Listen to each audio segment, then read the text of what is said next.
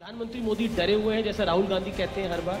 या तो मोदी भगवान है, कभी कुछ गलत करते ही नहीं है, या फिर कभी कोई कहता ही नहीं कि वो कुछ गलत कर रहे हैं। बालाकोट एयर स्ट्राइक हुई तो घुस के ठोका पाकिस्तान और चीन की हैसियत नहीं कि भारत की तरफ गलत आंखों से देख ले, जहां जाए वैसा भेष हो जाए। ये आपकी सोच नहीं हो सकती जो कांग्रेस पार्टी की आज सोच है।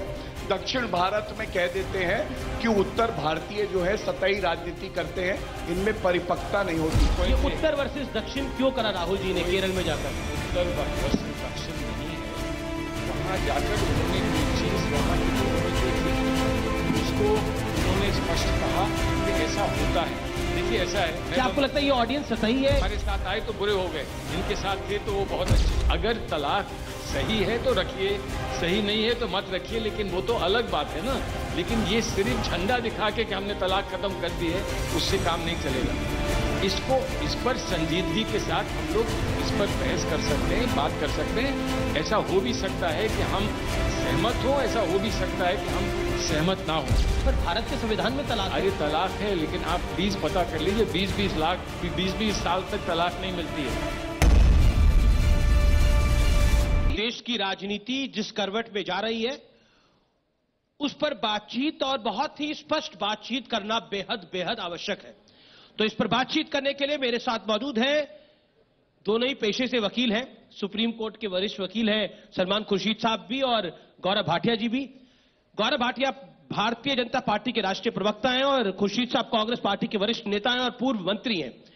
तो आप दोनों का स्वागत है इस सत्र में। सबसे पहले गौरव भाटिया, आरोप आप पर है और आरोप यह है कि आप लोग सांप्रदायिक राजनीति की जननी है, यानी इस देश में ध्रुवीकरण सांप्रदायिक राजनीति भारतीय जनता पार्टी ने 90 के दशक में खड़ी करी, 2014 आते आते मुखर कर दी और 2019 में तो विदाउट एनी डाउट आपने इस पर पूरा चुनाव लड़ डाला। सबसे पहले तो अमीर जी मैं आपको बताऊं कि जब मैं विभिन्न प्रांतों में जाता हूं तो हमारी सबसे पहली आइडेंटिटी तो भारतीय की है, लेकिन हर कोई कहता है इस प्रदेश की जय हो। आज मैं उस भूमि में हूं जो उत्तर प्रदेश कहलाता है और जो उत्तम प्रदेश बन रहा है, तो जय उत्तर प्रदेश की सबसे पहले। और ये वो लखनऊ है जिसने मनोज पांडे जी जैसे, और मैं लखनऊ का ही निवासी रहा हूं, पढ़ा यही हूं, बड़ा यही हुआ हूं, तो अपनी नफासत के लिए जाना जाता है, अपनी भाषा के लिए जाना जाता है और अपनी वीरता के लिए जाना जाता है। आपने जो मुझसे प्रश्न किया, मैं सबसे पहले शुरुआत करूंगा कि धर्म की राजनीति भारतीय जनता पार्टी कर रही है। जब मैंने राजनीति में प्रवेश किया तो देश के प्रधानमंत्री मनमोहन सिंह जी थे, उनको यह कहते हुए सुना लाल किले की प्राचीर से कि इस देश के संसाधनों पे पहला हक मुसलमानों का है, अल्पसंख्यकों का है। और यह गर्व है मुझे कि श्री नरेंद्र मोदी जी देश के प्रधानमंत्री हैं 7 साल से, और एक बार भी उन्होंने आज तक भेदभाव नहीं किया है कि गैस का सिलेंडर उज्ज्वला में हिंदू के घर जाएगा कि मुसलमान के घर जाएगा। और वो सिलेंडर बड़ा महंगा हो गया है, किसी के घर भी जाए। आपने धार्मिक बात करी। दूसरी बात देखिए, आप देखिए अमीर जी, ऐसा है कि एक सेकंड मुझे लगता है चर्चा करने दीजिए। बहुत मैं सलमान खुर्शीद जी जैसे प्रवक्ता बैठे हों और वहां से आवाजें आए तो मैं समझता हूं ये उचित नहीं होगा। दूसरी बात, महिलाओं को सम्मान मिले, ये हमारा संविधान कहता है। संविधान के ज्ञाता है सलमान जी, इनसे मैंने बहुत कुछ सीखा है, अधिवक्ता के तौर पे भी और एक नागरिक के तौर पे भी। आप मुझे बताइए, किसी में हिम्मत थी? शाहबानो का जजमेंट आया, पलट दिया गया क्योंकि तुष्टीकरण की राजनीति हो रही थी। और ये नरेंद्र मोदी जी की इच्छा शक्ति है कि ट्रिपल तलाक को एक अपराध बना के जो हमारी मुस्लिम बहनें हैं उनको उनका सम्मान दिलाया। ये धार्मिक राजनीति नहीं होती, ये संविधान के तहत राजनीति करना होता है। तीसरी बात जी सुन लीजिए, अब आपने ऐसा प्रश्न, बस मैं कम समय में अपनी बात पूरी करूंगा। तीसरी बात, इस बात पे गर्व है मुझे भारतीय जनता पार्टी की जो सोच है कि हम हर नागरिक को बराबर मानते हैं। मैंने देखा है कि योगी आदित्यनाथ जी इस प्रदेश के मुख्यमंत्री हैं और कोविड के समय में उनके पिता का देहांत हो गया। एक पुत्र के लिए इससे बड़ी संकट की घड़ी नहीं हो सकती। वो उत्तर प्रदेश की जनता के लिए तत्पर लगे रहे और उन्होंने सेवा करी, क्योंकि वो इसे अपना परिवार मानते। दूसरी तरफ मुजफ्फरनगर दंगे हुए थे, समाजवादी पार्टी की सरकार थी, 1800 घर थे गांव शामली में, और 5 लाख रुपया उनको दिया जाए जो मुसलमान और हिंदू नहीं, तो आप दर्द में भी अगर मुस्लिम और हिंदू देखेंगे तो इस राजनीति को धिक्कार है। और भारतीय जनता पार्टी ने दिखाया कि सब नागरिक बराबर। खुर्शीद साहब, भारतीय जनता पार्टी कहती है कि हम सबको एक नजर से देखते हैं और विपक्ष जो है वो तुष्टीकरण की राजनीति करता है। कांग्रेस में भी पिछले 2-3 साल में एक बड़ा बदलाव देखने को मिला है। गुजरात के चुनावों से हमने वो बदलाव देखा। राहुल गांधी वहां पे शिव भक्त हो गए, प्रियंका गांधी वाड्रा इस समय यूपी की इंचार्ज है, वो भी मंदिर मंदिर जा रही है। क्या आपको लगता है कि सियासत में हिंदुत्व कांग्रेस की भी अब मजबूरी बन गई है? देखिए, पहले एक बात मैं स्पष्ट करूं जी कि अगर मुझे मस्जिद जाने का अधिकार है, जो कि है जी, नमाज पढ़ने का अधिकार है, और मेरे लोग, मेरी बिरादरी के लोग, मेरे दोस्त, मेरे साथी ये समझते हैं कि अगर मैं ये करता हूं तो मैं सही हूं, कि सिर्फ पैसा कमाना, राजनीति करना जीवन का लक्ष्य नहीं होना चाहिए, ये एक बड़ा महत्वपूर्ण हिस्सा है जीवन का। तो ये कैसे कहा जाए, कैसे कहा जा सकता है कि अगर कोई हिंदू धर्म में विश्वास रखता है, किसी पार्टी में क्यों ना हो, तो वो मंदिर जाता है तो वो दिखावा कर रहा है? क्या उसका अधिकार नहीं है मंदिर जाने का? ये बात कैसे इस देश में उठ रही है कि एक मंदिर जाए तो अच्छी बात है, दूसरा मंदिर जाए तो अच्छी बात नहीं है, एक नमाज पढ़े तो अच्छी बात है, दूसरा नमाज पढ़े तो अच्छी बात नहीं है। अरे जो मंदिर जाता है इस देश में, मैं तो ये कहता हूं कि हम एक दूसरे के मजहब से जुड़ें, ताकि कभी मैं भी मंदिर जाऊं, कभी तुम भी मस्जिद आओ। मैं तो ये कहता हूं। तो ये किस बात का झगड़ा यहां है कि कोई मंदिर जाता है? मैं कहता हूं कुछ भगवान पे भी छोड़ दीजिए, सारे निर्णय हम ले लें और ये ले लें कि कौन किसकी आस्था सही है, किसकी आस्था सही नहीं है। जी, भगवान पे भी तो छोड़ दीजिए, भगवान किसी की आस्था मानता है नहीं मानता, उस पे भी छोड़ दीजिए। खुशी से मैं कुछ फैक्ट्स को कोट करना चाहता हूं। इनकलाब अखबार है, उर्दू का बड़ा अखबार है, उसमें खबर छपी कि राहुल गांधी ने जो मुस्लिम इंटेलेक्चुअल्स थे उनकी मीटिंग में बोला, हां कांग्रेस मुसलमानों की पार्टी है। लेकिन गुजरात के चुनावों में बोला गया कि राहुल गांधी जनेऊधारी ब्राह्मण है, फिर बोला गया शिव भक्त है। तो क्या आपको लगता नहीं है कि अपॉर्चुनिटी पॉलिटिक्स, जिसे हम कहते हैं कि मौका देखकर खेल खेलना, वो भी एक्सपोज हो रहा है धीरे धीरे? देखिए, दो बातें हैं। अगर एक्सपोज हो रहा है तो हो रहा है, डेमोक्रेसी में हर चीज होती है। जो कोई अच्छी बात मानी जाती है तो उसका स्वागत होता है, किसी बात को फरेबी माना जाता है तो उसको ठुकरा दिया जाता है। लेकिन जो आपने बात पूछी, जो आपने मुस्लिम इंटेलेक्चुअल्स के संदर्भ में बात कही, वो अखबार में निकला होगा। मैं वहां था, मैं उन लोगों को ले गया था, और वहां पर ऐसा राहुल गांधी जी ने नहीं कहा। बहुत कुछ बड़ी अच्छी बातें कही। क्या कहा था? मैं बताता हूं क्या कहा जी। वहां पर एक साहब ने कहा कि राहुल जी आप ये अब आप भूल जाइए। वो खुद मुसलमान है, मुसलमान की हैसियत से वहां गए हैं और कह रहे हैं कि राहुल जी अब आप ये छोड़ दीजिए, ये मुसलमान की बात मत करिए, आइए कुछ और बात करें। तो राहुल जी ने सिर्फ ये कहा कि आप डरते हो क्या? आप डरते हो? मुसलमान हो तो मानो कि मुसलमान हो, हिंदू हैं तो माने कि हम हिंदू हैं। किसी ने कहा कि राहुल जी आप ये जो जगह जगह जा रहे हैं, मंदिरों में जा रहे हैं, तो ये क्या संदेश दे रहा है? तो उन्होंने कहा कि भाई बड़ी अजीब बात है, मैं मंदिर में जाता हूं आपको संदेश मिल जाता है, और मैं मजार पे जाता हूं तो आपको संदेश नहीं मिलता है। मैं तो हर जगह वहां जाता हूं जहां मेरे साथी, मेरे कार्यकर्ता मुझसे कहते हैं कि यहां जाना है। और जो लोकतंत्र में अगर लीडरशिप दिखाना चाहता है तो उसे हर एक के साथ जुड़ना होगा। उसको मथुरा में जाकर भी पूजा करनी होगी, अर्चना करनी होगी, और वो ईद बकरीद पर लोगों से गले भी मिलेगा, ऐसा करना होगा। तो मुझे समझ में नहीं आता कि क्यों धर्म की बात हो रही है। चलिए, ऐसा है, मुझे लगता है कि देश में सब हम दोनों को एक मान ले ना मान ले, आपने सबने हम दोनों को एक मान लिया, ये बहुत बड़ी बात। जी, मेरा निवेदन है कि पैनलिस्ट अपनी बात कहने में सक्षम है, तो किसी के बीच में ना बोला जाए। गौरव, सलमान खुर्शीद साहब ने बात कही कि देश तो सबको साथ लेके चलेगा। प्रधानमंत्री मोदी भी कहते हैं सबका साथ, सबका विकास और सबका विश्वास। लेकिन फिर जब भी चुनाव आता है, अब बंगाल का चुनाव है, तो अब आप लोग कह रहे हैं कि ममता बनर्जी हिंदुत्व विरोधी है, जय श्री राम के नारे से चिढ़ती हैं, तो ऐसा क्यों? देखिए सलमान जी, क्योंकि विधिक ज्ञाता है, मैं इतना ही कहूंगा कि देश को संविधान दिया है, हिंदू मुस्लिम सिख ईसाई सभी धर्मों ने दिया, और सीए का कानून पारित होता है। शाहीन बाग में एक प्रदर्शन होता है, सर्वोच्च न्यायालय 3 बातें बड़ी कहता है। पहली बात, हिंसा नहीं हो सकती। दूसरी बात, आप किसी भी सार्वजनिक रोड को बंद नहीं कर सकते हैं। और तीसरी बात, डेजिग्नेटेड साइट्स पे ही होगा। कांग्रेस के तमाम नेता वहां गए, शायद सलमान जी भी गए हों।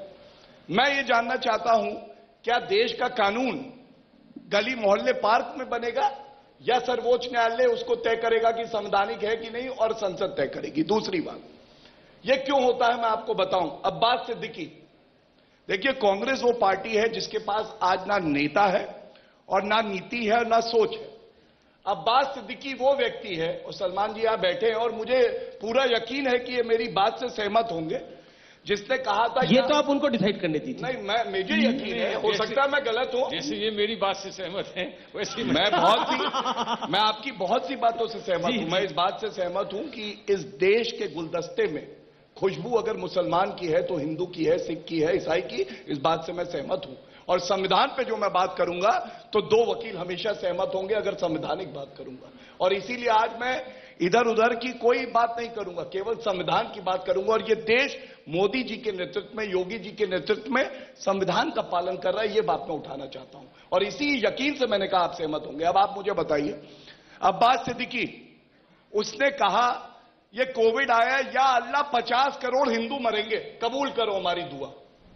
अगर अब्बास सिद्दीकी कोई पुजारी भी होता और वो कहता ना मेरे देश के 20 करोड़ मुसलमान मर जाएंगे, लानत है ऐसे मौलाना पे या पुजारी पे जो एक धर्म के लोगों के लिए कहे कि वो मर जाएंगे क्योंकि वो पहले भारतीय हैं। और ये चीज हमें सीखनी होगी जो नरेंद्र मोदी जी ने सिखाई है। तीसरी बात, हम लोग कहते हैं कि जो बाहरी है, जो घुसपैठिया, उसे बाहर फेंक देंगे। वो नागरिक नहीं है देश का, कानून के पालन करते हुए बाहर फेंक देंगे। अभी आपने आईएसएफ की बात करी, उसी पे रहते हैं। अब्बास सिद्दीकी की मैं चाहता हूं खुर्शीद साहब उस पर बोले भी। मैं ये बात पूरी कर दूं, दोनों का आप उत्तर ले लीजिएगा, ये बहुत महत्वपूर्ण है, इसीलिए उठा रहा हूं। जी, आप मुझे ये बताइए, रोहिंग्या बाहर से आते हैं, वो गैर नागरिक हैं, घुसपैठिए हैं, उनको बाहर भेजना कानून हमारा कहता है। और जो नागरिक हैं हम लोग, जब वहां जाएं तो कहा जाए आप बाहरी हैं। अपने देश की भूमि पे मैं बाहरी कैसे हो सकता हूं? और मैं यहां बैठा कह सकता हूं, अगर कंकड़ भी उछल के आएगा, पत्थर तो छोड़ दीजिए सलमान खुर्शीद जी पे, तो अपनी जान दे देंगे हम भाजपाई, जिनको आप दुश्मन समझते हैं, विरोधी नहीं। इस सोच को कांग्रेस को बदलना हो। खुर्शीद साहब, अब्बास सिद्दीकी की बात करी गौरव भाटिया ने, और आपकी पार्टी में भी आईएसएफ के साथ जो गठबंधन हुआ है, इंडियन सेक्युलर फ्रंट के साथ जो गठबंधन हुआ है बंगाल में, उसको लेकर काफी विरोध की आवाजें उठ रही हैं। क्या आपको लगता है कि आप एक तरफ तो बात करते हैं कि सबका साथ सबका विकास होना चाहिए, यानी सबको साथ लेके चलना चाहिए, दूसरी तरफ एक कट्टरपंथी पार्टी के साथ समझौता करते हैं बंगाल का चुनाव में, क्योंकि वहां पे 30% मुसलमान है, उस वोट बैंक को पाने के लिए? देखिए, हर परिप्रेक्ष्य में जो फैसला होता है उसको समझाने की आवश्यकता होती है। और मैं मानता हूं कि कोई भी निर्णय हम लें, और हम अकेले नहीं, जब ये निर्णय ये लेते हैं तो कोई ना कोई उचित सवाल उठता है और उसका जवाब देना चाहिए। और मैं दे सकता हूं जवाब, यहां ट्रिपल तलाक का मैं जवाब दे सकता हूं, लेकिन फिर ये लेक्चर हो जाएगा ट्रिपल तलाक पे। मैंने पूरी किताब लिखी है, वो आप पढ़ लें तो पता चल जाएगा कि ट्रिपल तलाक में क्या हुआ है। लेकिन एक बात स्पष्ट कर दूं कि समस्या ट्रिपल तलाक की नहीं है, कोई ट्रिपल तलाक नहीं चाहता है। समस्या है तलाक होनी चाहिए या ना होनी चाहिए, कि 20 साल नाक रगड़ रगड़ के किसी को अपने संबंध समाप्त करने चाहिए या तलाक की व्यवस्था को इस्तेमाल करना चाहिए। ये 2 अलग विषय हैं। इस विषय पर कानून क्या कहता है और हम क्या समझते हैं? तलाक तो बाकी धर्मों में भी होते ही है। किसी धर्म में नहीं है।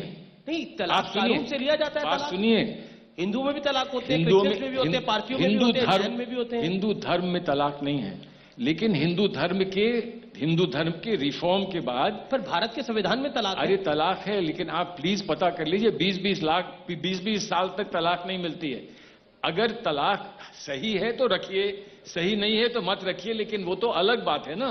लेकिन ये सिर्फ झंडा दिखा के कि हमने तलाक खत्म कर दी है, उससे काम नहीं चलेगा। इस पर संजीदगी के साथ हम लोग इस पर बहस कर सकते हैं, बात कर सकते हैं। ऐसा हो भी सकता है कि हम सहमत हो, ऐसा हो भी सकता है कि हम सहमत ना हो। सवाल इस बात का आता है कि कहां पर आप ये फैसला करते हैं कि किसको आप डाइल्यूट करें। लोग हैं, कोई आक्रोश में होता है, हम ये कहें कि इससे हम बात नहीं करेंगे क्योंकि ये आक्रोश में है, हम बात नहीं करेंगे, या उसको समझाकर बुझाकर ठंडा करके उससे बात की जाए, तो आप पर ये इल्जाम लगेगा कि आप तो यार बदतमीज लोगों से बात करते हैं। लेकिन रोहिंग्या का मैं बता दूं, रोहिंग्या हो या कोई और हो, हम पूरे विश्व में ऐतिहासिक रूप से, सामाजिक रूप से माने जाते हैं कि हमारा उदार मन है और भारत ने हमेशा लोगों को रिसीव किया है। अपने ऊपर खतरा लेकर तो लोगों को रिसीव नहीं लेकिन कर अगर खतरा है तो अगर अपने आप से भी खतरा है तो उसको दूर करो, अपने आप से भी खतरा है तो उसको दूर करो। ये मत कहो कि बाहर का है तो इसलिए उससे खतरा है, लेकिन बाहर का आना चाहिए ना आना चाहिए, इस पे अलग बात हो सकती है। रोहिंग्या को म्यांमार जगह नहीं दे रहा, चाइना जगह नहीं दे रहा, बांग्लादेश जगह नहीं दे रहा। मान गया, हमारा मैं मान गया थोड़ी है तो मैं मान गया। हमने चाइना के यहां से तिब्बती लोग यहां आए हैं, उनको हमने जगह दी है जी, उनको भी बाहर कर दें, उन्हें भी बाहर कर दें। क्या हम दलाई लामा से कहें कि आप जाएं? नहीं, दलाई लामा देश के लिए खतरा नहीं है ना। नहीं, खतरा नहीं, तो फिर ये कहिए कि बाहर और अंदर की बात नहीं है, सिर्फ खतरे की बात है। अगर मैं खतरा हूं तो मुझे भी फांसी दे दीजिए, और ये खतरा है। आप तो नेता है कांग्रेस के, आप कैसे खतरा है? ऐसा नहीं, अगर मैं नेता हूं या कुछ भी हूं, अगर मैं खतरा हूं तो मुझे फांसी दीजिए, मेरे साथ कार्रवाई कीजिए, लेकिन ये मत कहिए क्योंकि तुम बाहर के हो इसलिए खतरनाक हो। लेकिन बाहर वाला अगर आकर हमारे घर में एक मुसीबत क्रिएट करता है तो बाहर वाला ना आए, लेकिन किसको कहां कब कैसे वापस करना है वो सोचना चाहिए। अमेरिका में एक राष्ट्रपति थे जो दीवारें बना रहे थे मैक्सिको के सामने कि कोई ना आ सके मैक्सिको से। नए राष्ट्रपति आए, उन्होंने वो दीवार खत्म कर दी, लेकिन किसी ने ये नहीं कहा कि ये नया राष्ट्रपति जो है देशद्रोही है, ये नहीं कहा। ये तो गौरव भाटिया इसका बेहतर जवाब देंगे। गौरव जी, देखिए, अभी सलमान जी ने बड़ी अच्छी बात कही। उन्होंने कहा कि इस देश में ट्रिपल तलाक या तलाक होते होते 20 साल लग जाते हैं। तो सलमान जी, ये तो निर्भर करता है कि कैसा वकील आप हायर करेंगे। सलमान जी को करिए, 1 साल से कम में हो जाएगा। वकील अच्छा नहीं होगा तो नहीं होगा। ये एडवर्टाइजिंग अलाउ नहीं है एक दूसरे को। देखिए, मेरा जो कर्तव्य है, मैं आपका जूनियर हूं। पहले ये ब्रीफिंग काउंसिल थे, ये केस भेज सकते थे, अब ये भी सीनियर काउंसिल हो गए, अब ये केस भेज नहीं सकते, इनको अपने पास रखना होगा। अगर अर्जुन के सामने द्रोणाचार्य आएगा तो वो झुकेगा जरूर, और ये भारतीय जनता पार्टी सिखाती है, इसलिए मैं झुका। लेकिन अब मैं 2 बातें कहूंगा। सबसे पहले, सलमान जी मंत्री रहे, देश ने उनको बहुत सम्मान दिया है, प्यार दिया है। मैं समझता हूं जब आपने उत्तर प्रदेश के चुनाव थे 2012 में, संविधान के आप ज्ञाता हैं, और ये तुष्टीकरण और सांप्रदायिक राजनीति कांग्रेस सिखाती है। एक वक्तव्य था कि मुसलमानों को 9% आरक्षण देंगे। हमारा संविधान इसकी इजाजत नहीं देता है, लेकिन यह कहा गया। आपने राहुल गांधी के वक्तव्य को बताया कि हम एक मुस्लिम पार्टी हैं। मुझे इससे आपत्ति है, इसलिए नहीं कि मुझे मुस्लिमों से दिक्कत है, मुझे इसलिए इससे आपत्ति है कि हमारा संविधान कहता है सब बराबर हैं और वो तार-तार होता है। और तीसरी बात, मुझे यह भी याद है कि सोनिया गांधी के बहुत बड़े एक नेता थे, उन्होंने कहा था कि बाटला हाउस में जब आतंकवादी मारे गए तो सोनिया गांधी की आंखों में आंसू थे। इंस्पेक्टर शर्मा के लिए नहीं थे जिसने शहादत दी, लेकिन आंसू थे आतंकवादियों के। मालूम है क्यों?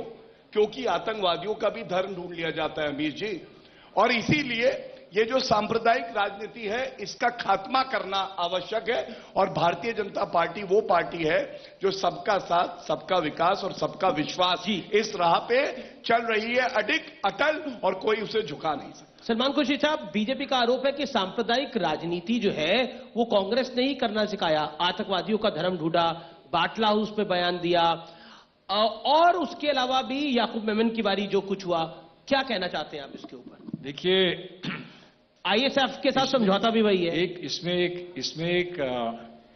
एक बुनियादी प्रॉब्लम है, इसलिए कि ये माना जाता है कि कोई फायदा है तुष्टीकरण में। तो कांग्रेस पार्टी की जो आज जो व्यवस्था है उससे तो नहीं लगता है कि तुष्टीकरण से फायदा होता है। जिसकी व्यवस्था इस वक्त बड़ी मजबूत है वो जवाब दे कि तुष्टीकरण का फायदा होता है कि नहीं होता है। तुष्टीकरण से कोई फायदा नहीं होता है, लेकिन अगर कहीं किसी के लिए सच्ची बात कहनी है तो वो तुष्टीकरण के नकाब के अंदर बंद नहीं करना चाहिए। अब मैं इतनी बात बता दूं कि मैंने इनसे कभी नहीं पूछा कि राहुल गांधी जी के पिताजी का जब देहांत हुआ था, जब उनको असैसिनेट किया गया था, तो आपके यहां कोई था जिसने कहा कि मेरे आंखों में आंसू आ गए? हमने नहीं सुना कि राजीव गांधी के लिए किसी की आंखों में आंसू आए हो। इनके यहां, हमारे यहां तो लोग रोए थे। इंदिरा गांधी के साथ जो हुआ, हमने नहीं सुना कि किसी ने ये कहा हो अटल जी को छोड़कर किसी ने कहा हो कि हमारे आंखों में आंसू आ गए। इंदिरा जी से हमारा विरोध था, लेकिन जिस तरह से बर्बरियत से इंदिरा जी का असैसिनेशन हुआ, हमारी आंखों में आंसू आ गए। इंसान में कब आंसू आते हैं, परिप्रेक्ष्य समझा करें, क्यों आते हैं, सच्चाई क्या है, क्या कहा गया, क्या नहीं कहा गया, इसको समझा करें।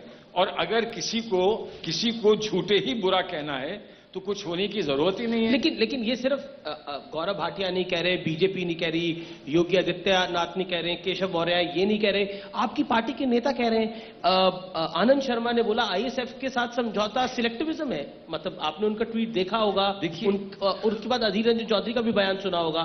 सुना है, कुछ फैसला हुआ है, हो सकता है मैं उस फैसले से सहमत ना हूं, हो सकता है। आप है कि नहीं है? अगर मैं नहीं जानता, देखिए, उत्तर प्रदेश में ऐसा कुछ समझौता होता तो मैं उस पर बोलता। मैं बंगाल में यहां बैठे बैठे बोलूं तो वो सही नहीं होगा, लेकिन मैं कह रहा हूं कि हमारी पार्टी में डेमोक्रेसी तो है कि हम अगर सहमत नहीं है तो अपनी बात तो कहते हैं। तो आनंद भाई से मैं इतना ही कहूंगा, तुम तो बोल रहे हो खुलकर, तो फिर क्यों कह रहे हो कि डेमोक्रेसी नहीं है? खुल के बोल रहे हो तो क्या प्रॉब्लम है? तुम अभी यहां पर मेरे साथ कमेटी में हैं, वो फॉरेन अफेयर्स कमेटी में मेरे साथ हैं, और वो खुलेआम बोल रहे हैं वो बात जो साधारणता लगती है कि वो पार्टी के निर्णय के विरोध में है, तब भी डेमोक्रेसी है बोल रहे हैं।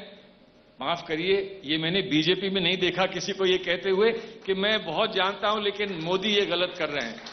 या तो मोदी भगवान हैं, कभी कुछ गलत करते ही नहीं है, या फिर कभी कोई कहता ही नहीं कि वो कुछ गलत कर रहे हैं। अब चीन के साथ क्या कुछ नहीं हुआ चीन के साथ, लेकिन हमको यही कहना है कि जो हुआ वो ठीक हुआ, कि इस पार्टी में रहना है। हाँ जी, हाँ जी। आपको भी लगता है कि यार प्रधानमंत्री मोदी डरे हुए हैं, जैसा राहुल गांधी कहते हैं हर बार? नहीं, देखिए, जो राहुल जी कहते हैं वो राहुल जी कहते हैं। मुझसे आप ये पूछिए कि आप इसको विस्तार से बताइए कि चीन के साथ जो आप राहुल जी को डिफेंड नहीं करना चाहते? नहीं, मुझे राहुल जी को डिफेंड करने की जरूरत नहीं है, वो मेरे नेता हैं भाई जी। मैं तो राहुल गांधी मुझे डिफेंड करेंगे। आज मैं आपके सामने कुछ गलत बोल जाऊं तो उसको डिफेंड मुझे राहुल जी से अपने आप को कराना पड़ेगा।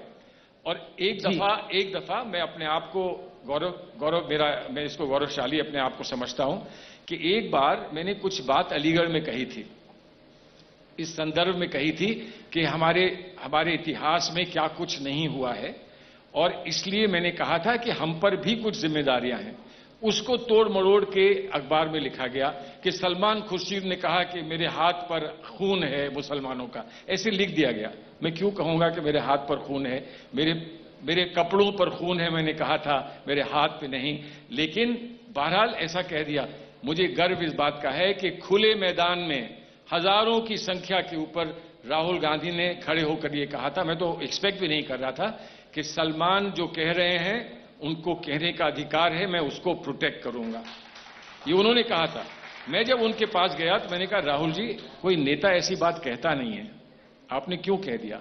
तो मुस्कुराए और कहा कि कभी कभी ऐसी बात कहनी पड़ती है, लेकिन सलमान ये बातें हम लोग कह जाते हैं, मैं भी कह जाता हूं, और फिर उसका बतंगड़ बन जाता है, बड़ी मुसीबत होती है। फिर कोई इलेक्शन लड़ने वाला कहता है कि साहब मेरा इलेक्शन बिगड़ जाएगा, तो हमको थोड़ा सा समझदारी से कहना चाहिए। ठीक है। गौरव, क्या आपको लगता है कि भारतीय जनता पार्टी के पास फ्रेंचाइजी है हिंदुत्व की, और उनको लगता है कि बाकी सब तो विरोधी है, अखिलेश यादव विरोधी है, सलमान खुर्शीद, राहुल गांधी विरोधी है, ममता बनर्जी विरोधी है, सब विरोधी है, अगर कोई पक्षधार है तो वो गौरव भाटिया और उनकी पार्टी है?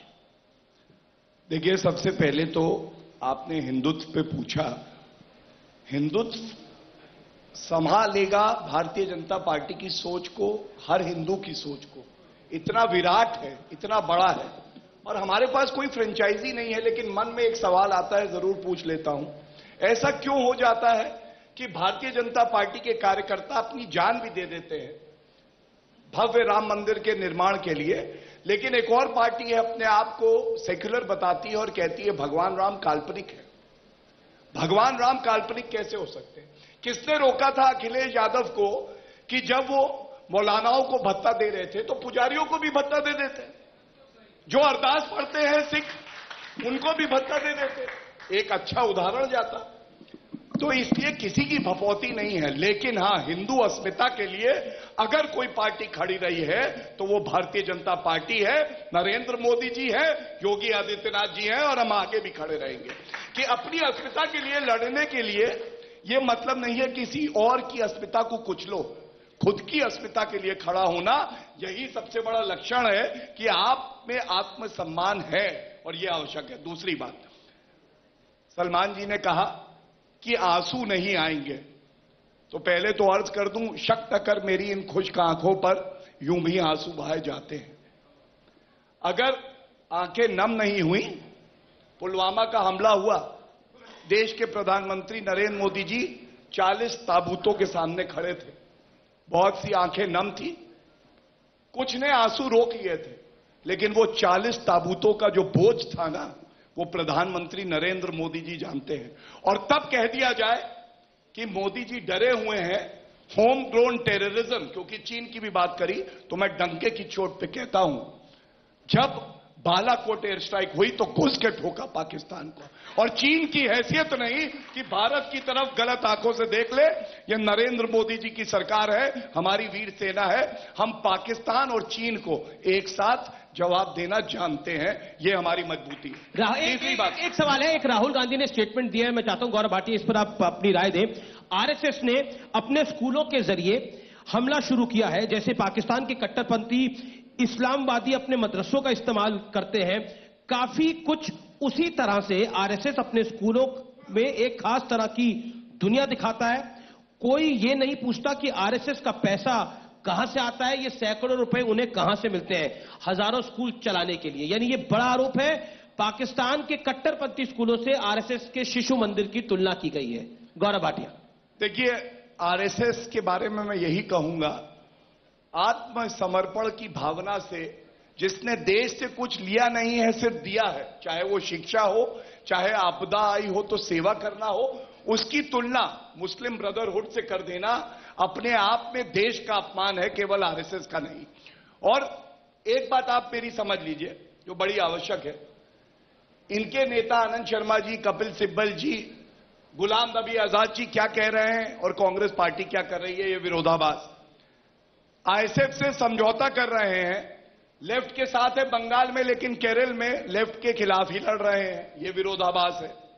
और हर जगह कहीं ना कहीं कांग्रेस आज बैसाखियों पे चल रही है। जी, राहुल गांधी जी का मैं धन्यवाद देता हूं, क्योंकि जब भी वो कैंपेन करते हैं तो ये वाकई सच्चाई है कि वो हमारी पार्टी के ही स्टार कैंपेनर बन के करते हैं कैंपेन। हमें कोई दिक्कत नहीं कि बहन डुबकी लगा रही हैं गंगा में, वो समुद्र में कूद रहे हैं और पार्टी कहां जा रही है ये हम सबको पता है। ये सलमान जी एक सवाल निश्चित तौर पर अगर मैं नहीं पूछूंगा तो ये नाइंसाफी होगी दर्शकों के साथ भी।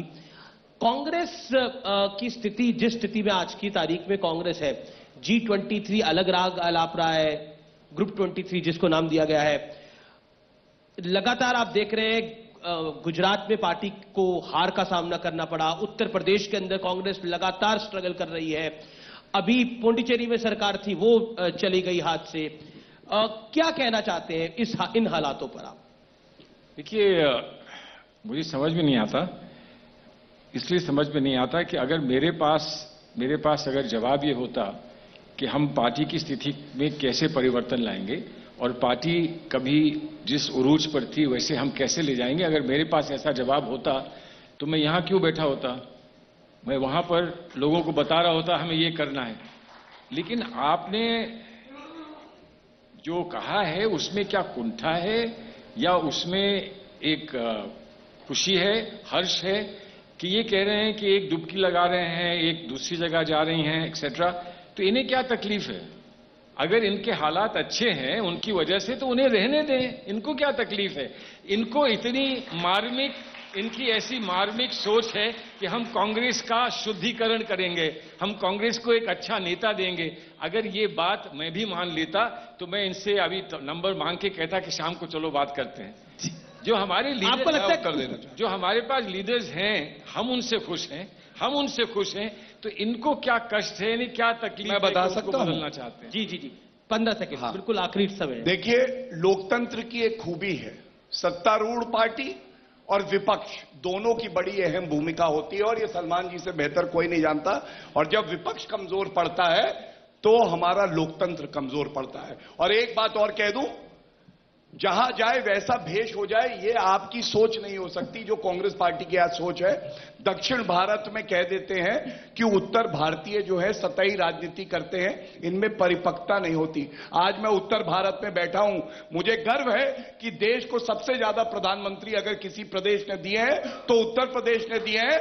और उत्तर भारत में बैठ के कहता हूं, दक्षिण भारतीयों पे मुझे गर्व है क्योंकि संतोष बाबू जिसने अपने प्राण न्यौछावर किए हमारी धरती के लिए, वो दक्षिण भारत से थे, वो भारत। सलमान जी, आखिरी पॉइंट ये जो बोला, ये उत्तर वर्सेस दक्षिण क्यों करा राहुल जी ने केरल में जाकर? उत्तर वर्सेस दक्षिण नहीं है, वहां जाकर उन्होंने कोई चीज वहां के लोगों में देखी, उसको उन्होंने स्पष्ट कहा कि ऐसा होता है। देखिए, ऐसा है, क्या आपको लगता है ये ऑडियंस सतही है? उन्होंने तो यही बोला कि उत्तर भारत के लोग सतही हैं। ये नहीं कहा, उन्होंने कहा कि यहाँ के लोगों की सोच माइक का थोड़ा कुछ अलग है, यहाँ के लोगों की सोच कुछ अलग है। और वो मुझे इसलिए दिखी कि मैं ज्यादा उत्तर भारत में रहता था, मुझे ये चीज नहीं दिखती थी, आज ये दिखी है तो मैं इसको कह रहा हूं। लेकिन इन्होंने दो बातें कही हैं, इन्होंने कहा कि विरोधाभास, इन्होंने कहा जहां गए वहां वैसे हो गए। और आज किसके साथ कौन है, तो कौन हमारे साथ है, कौन आपके साथ था? शिवसेना इनके साथ थी, आज इनके साथ नहीं है, आज इनके साथ नहीं। हमारे साथ आए तो बुरे हो गए, इनके साथ थे तो वो बहुत अच्छे थे। लेकिन इंटरेस्टिंग है, अल्ट्रा राइट विंग पार्टी आपके साथ है, केरल में मुस्लिम लीग भी आपके साथ है। इसीलिए हम कह रहे हैं इसीलिए हम कह रहे हैं कि इस देश में बेकार की लकीरें मत खींचिए। बहुत बहुत शुक्रिया आपका। सेशन में इतना ही समय है गौरव भाई, आपका बहुत बहुत शुक्रिया हमारे साथ जुड़ने के लिए, इस सेशन के लिए। क्यों भारतीय जनता पार्टी कहती है कि बंगाल के अंदर हिंसा, बम का खेला हो रहा है? देखिए, दीदी ने बोला ना खेला होबे का तात्पर्य यही है कि वहाँ गोली चलेगी, वहाँ बम चलेंगे, वहाँ पर पोलिंग बूथ पे कब्जा होगा, वहाँ टीएमसी के ड्रोन्स किसी भी आम आदमी को वोट डालने नहीं देंगे, उनके वोट डल जाएंगे। ये सब वहाँ पर होता आया है। और जैसा कि मैं पंचायत का चुनाव बताऊंगा, पिछले विधानसभा का चुनाव बताऊंगा आपको, कि आप किसी से भी चलते हुए व्यक्ति से पूछ लीजिए कि आपने वोट डाला, तो कहेगा नहीं मैं वोट डाला नहीं। फिर वोट कैसे डल गया? तो यहाँ पर वोटिंग परसेंटेज 70 से ऊपर होता है बंगाल में। 10, 20, 25% लोग वोट डालने जाते हैं, बाकी सब टीएमसी के गुंडे कब्जा करते हैं और वोट डाल देते हैं। ममता बनर्जी का कॉन्फिडेंस इस समय सर चढ़ के बोल रहा है। उनका यह मानना है कि वो बंगाल तो जीत रही है और उसके बाद वो दिल्ली जा रही है नरेंद्र मोदी को हटाने के लिए। देखिए, 2 मई को परिणाम आ जाएंगे और आपके मुंह से ही हम सुनेंगे कि सरकार किसकी बन रही है। पर ये जो अहंकार है, ये जो अति आत्मविश्वास है, जो अहंकार है ममता जी का, ये चूर कर देगी जनता। क्योंकि अहंकार किसी का भी नहीं चला, रावण का भी अहंकार नहीं चला।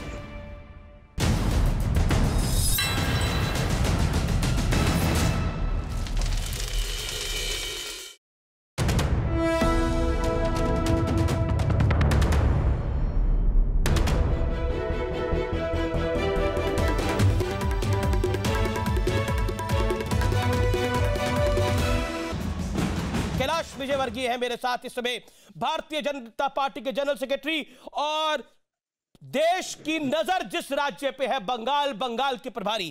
कैलाश जी अभिनंदन, आपका स्वागत है। आपका मैं आपसे जान रहा हूं क्यों भारतीय जनता पार्टी कहती है कि बंगाल के अंदर हिंसा, बम का खेला हो रहा है। देखिए, दीदी ने बोला ना खेला होबे का तात्पर्य यही है कि वहाँ गोली चलेगी, वहाँ बम चलेंगे, वहाँ पर पोलिंग बूथ पे कब्जा होगा, वहाँ टीएमसी के गोंस किसी भी आम आदमी को वोट डालने नहीं देंगे, उनके वोट डल जाएंगे।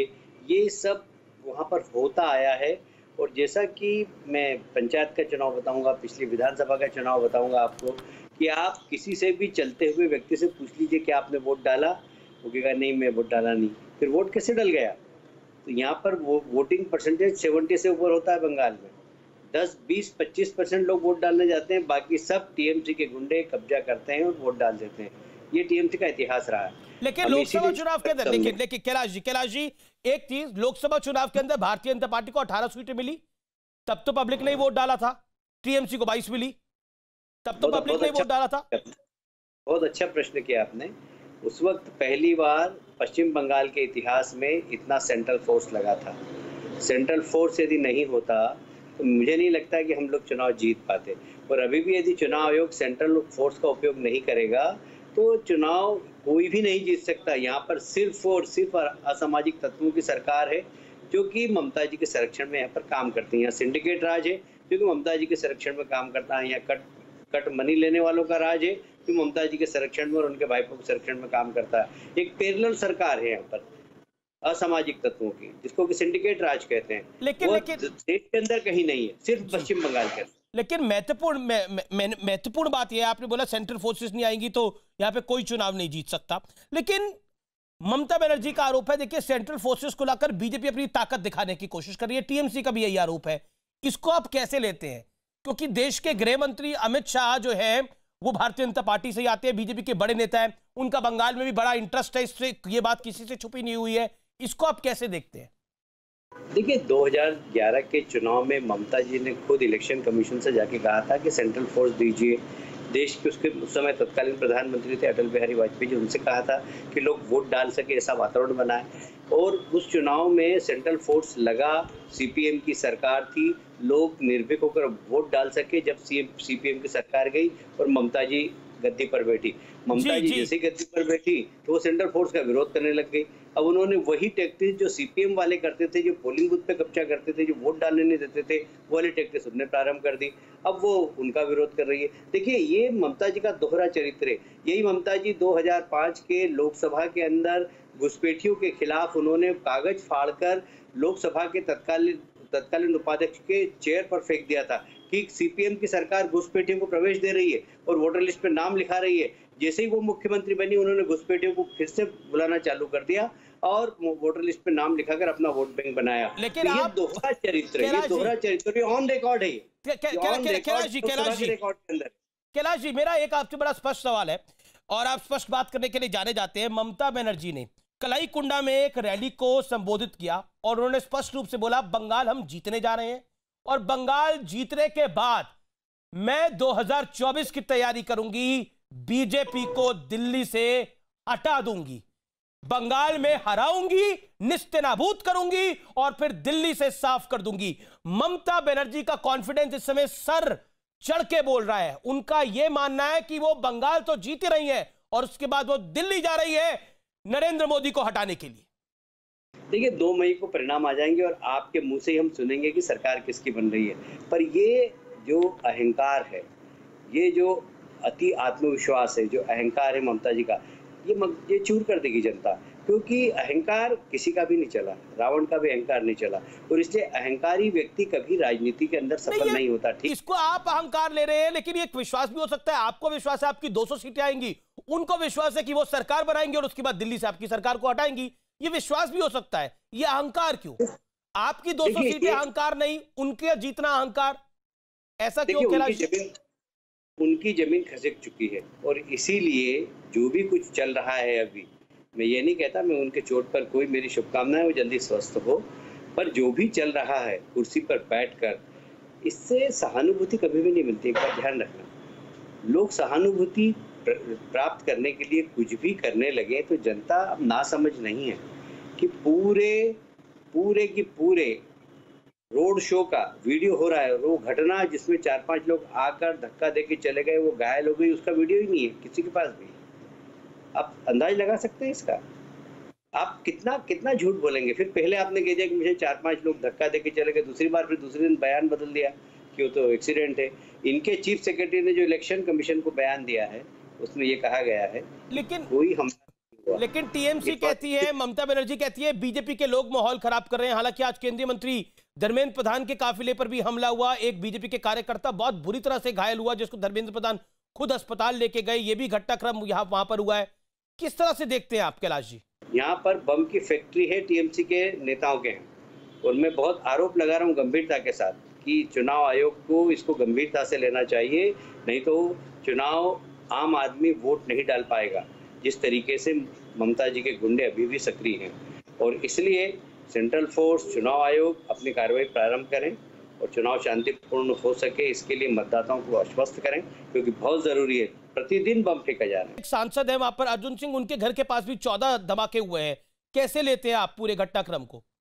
क्योंकि ऐसा लग रहा है कि भय का माहौल है। अगर इस तरह के बम फटेंगे, इस तरह से रैलियों पर हमला होगा, ममता बनर्जी कह रही है कि उन पे भी हमला हो रहा है, तो फिर लोग वोट डालने कैसे आएंगे? बम, हिंसा और ऐसा लग रहा है कि यही बंगाल चुनाव है। रात को 2 बजे जब घर में सब सो रहे थे 10-15 बम फेंककर लोग भाग गए। इसीलिए कि जब अर्जुन सिंह हमारे ताकतवर नेता है, जब उनके घर बम फेंक सकते हैं तो आम आदमी तो डरेगी से। तो डरने का जो एक डराने का या डरने का? डराने का। आम जनता डरे क्योंकि इतने बड़े नेता घर बम फेंक दिया तो आम जनता तो डरेगी ही। तो कुल मिलाकर भय और आतंक फैलाने की प्रक्रिया, मुझे लगता है कि इसको इलेक्शन कमीशन गंभीरता से लेगा और इसके अपराधियों को उस क्षेत्र के पुलिस अधिकारियों से चुनाव आयोग को चाहिए कि प्रश्न करे कि भाई ऐसे किसके धमाके। एक सवाल, ममता बनर्जी जो प्लान खेल रही है जो चोट को लेकर, क्या आपको लगता है उससे उनको सिंपैथी वोट मिलेगा? क्योंकि ऐसा हमने कई बार देखा है कई चुनावों के अंदर। देखिए 10 साल का कोई मुख्यमंत्री, 10 साल किसी प्रदेश में मुख्यमंत्री रहा, वह चंडी पाठ करके और ये कहे कि मैं हिंदू हूँ, मैं ब्राह्मण की बेटी हूँ, 10 साल बाद ऐसा कहने की जरूरत पड़ी? ऐसे क्या आपने कुकर्म किए 10 साल में कि आपको 10 साल बाद ये कहना पड़ रहा है कि मुझे चंडी पाठ भी आता है? आपने, कैलाश जी ये सवाल आप पूछ रहे हैं, आप लोगों ने मजबूर कर दिया। आप जय श्री राम के नारे लगवाते हैं उधर, उन्हें एंटी हिंदू दिखा रहे हैं, तो उन्हें दिखाना पड़ेगा मैं हिंदू हूँ। नहीं ऐसा नहीं, तो इसलिए आपने तो उनको 30% मुसलमान वोटों के ब्रैकेट में बांध के रख दिया था। भाई हमने नहीं कहा, उनके कामों से हुआ। जब दुर्गा पूजा पे विसर्जन पर आप प्रतिबंध लगाएंगे और मुहर्रम के जुलूस को आप अनुमति प्रदान करेंगे, तो दुर्गा पूजा के समर्थक लोग हाईकोर्ट गए, दुर्गा विसर्जन हाईकोर्ट के आदेश से हुआ। आप समझ सकते हैं कि सरकार की उसमें कितनी किरकिरी हुई, ममता जी की कितनी किरकिरी। ये तुष्टीकरण की नीति के कारण जो लगातार एक के बाद एक घटनाएं हुई, उससे 10 साल बाद उनको ये कहना पड़ रहा है। अरे सफल मुख्यमंत्री होते कहता है कि मैंने उद्योगीकरण कर दिया, 10 लाख लोगों को रोजगार दिलाया, मैंने इतने नए उद्योग चालू कर दिए, मैंने क्वालिटी एजुकेशन किया, मैंने इतने कॉलेज खुलवाए, मैंने इतने हॉस्पिटल खुलवाए। लेकिन देखिए आप तुष्टीकरण का आरोप लगाते हैं, आप कहते हैं कि ममता बनर्जी जो है वो तुष्टीकरण की राजनीति कर रही है, लेकिन दूसरी तरफ आप पे आरोप ये लगता है आप हिंदू अपीसमेंट कर रहे हैं। क्या आप लोगों को, मेरा बड़ा स्पष्ट सवाल है, कैलाश विजयवर्गीय आप इलेक्शन स्ट्रैटेजिस्ट भी है बंगाल के। कैलाश जी आप हमारे साथ हैं? जी कैलाश जी आप बंगाल में बीजेपी के प्रभारी भी है। मैं आपसे बड़ा स्पष्ट सवाल पूछ रहा हूं क्योंकि वहां पर 30% मुसलमान वोट बैंक है। क्या जैसे आंकड़ों में कहा जाता है, हालांकि मुझे शब्द कहने अच्छे नहीं लग रहे, लेकिन कहा ऐसे ही जाता है, उस 30% मुसलमान वोट बैंक माना जा रहा है कि पॉलिटिकल पंडित मान रहे हैं टीएमसी की गिनती 22%, 25% से शुरू होगी। क्या बीजेपी को उसमें कोई अपना हिस्सा नहीं चाहिए? बीजेपी उनको उस वोट को चाहती नहीं है? नहीं मिलेगा। देखिए मैं बहुत साफ कह रहा हूं कि हमारा जो नारा है मोदी का, सबका साथ, सबका विकास और सबका विश्वास। आप नारा लगाएंगे जय श्री राम का, लव जिहाद की बात करेंगे आपके लोग आकर वहां पर, चाहे योगी आदित्यनाथ हो चाहे नरोत्तम मिश्रा हो। तो कोई भी कुछ भी कहे, पर लोगों को मोदी जी पे विश्वास है, भारतीय जनता पार्टी की पॉलिसी पे विश्वास है। आज अगर प्रधानमंत्री आवास योजना बन रही है तो रामलाल को मिल रही है, तो रमजान भाई को भी मकान मिल रहा है। आज यदि प्रधानमंत्री की उज्ज्वला योजना का लाभ किसी राम प्यारी भाई को मिल रहा है तो रमजान बी को भी मिल रहा है। तो ये जो एक सबका साथ, सबका विकास, सबका विश्वास जीतने का काम जो मोदी जी ने किया है, जो भारतीय जनता पार्टी ने किया, 3 तलाक जैसा निर्णय लिया है, उससे बहुत सारे महिला जी जी जी मुस्लिम समाज की वो मोदी जी को चाहती है, मोदी जी को वोट देना चाहती है।